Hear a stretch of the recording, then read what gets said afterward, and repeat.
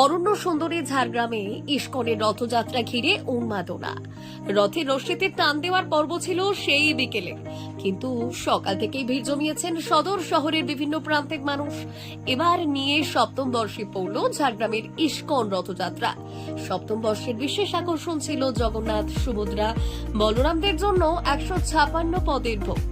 রথযাত্রা ঘিরে তাদের যাবতীয় কর্মকাণ্ড বিশ্বতে জানিয়েছেন ইস্কন ঝাড়গ্রামের রূপেশ্বর বলরাম দাস মহারাজ। আকর্ষণীয় বলতে অনেক কিছুই রয়েছে, বিরিয়ানি থেকে শুরু করে পিঠে পুলির থেকে শুরু করে পায়ে মানে সমস্ত ভ্যারাইটি লাড্ডু সমস্ত আইটেম রয়েছে মোটামুটি, যেগুলো মানে ভারতীয় আমাদের সংস্কৃতিতে যেগুলো হয় সেগুলোই ম্যাক্সিমাম রয়েছে। কখন থেকে রান্না শুরু করলেন? রান্না শুরু হয়েছে সকাল 8টা থেকে। 8টা এখন রেডি হয়ে গেছে সব। এখন অনেকগুলো যেহেতু পদ, সেহেতু আমাদের কি হয় মাটি সরাতে একটু ভোগ লাগানো হয় ভগবানকে, তো সেগুলো সেই জন্য যেহেতু অনেকগুলো পদ আছে সেই জন্য সময় লাগছে, একটু পরেই ভোগ লেগে যাবে।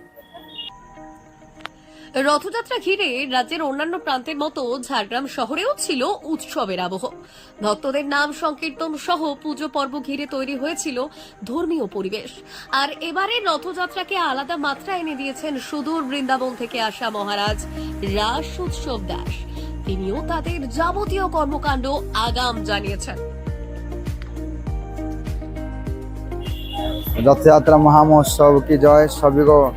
আপনার সবাইকে অভিনন্দন আর শুভেচ্ছা। রথযাত্রা ঝাড়গ্রাম রথযাত্রা মহামহোৎসব, তো আজকে এই রথযাত্রা উৎসব আমরা পালন করছি। তো ঝাড়গ্রাম আপনারা দেখছেন ইস্কন নামহট্ট নৃসিংহ নামহট্ট সংঘ পরিচালনা করেছেন রথযাত্রা ঝাড়গ্রামে। তো এই যে রথযাত্রা ঠিক 4টার সময় শুরু হবে। সবাই আসবে, আজকে বড় বড় সব লোকরা আসবে, ভক্তরাও আসবে। আজকে রথযাত্রা শুরু হবে 4টার সময়। তো 4টা থেকে মোটামুটি 9টা পর্যন্ত হবে। মাইশি বাড়ি পৌঁছতে পৌঁছতে 9টা বাজে যাবে। ভক্তরা সবাই কীর্তন হবে, নৃত্য কীর্তন করে করে জগন্নাথ থেকে আনন্দ সহকারে রথকে টেনে টেনে নিয়ে যাবে মাউসি বাড়িতে।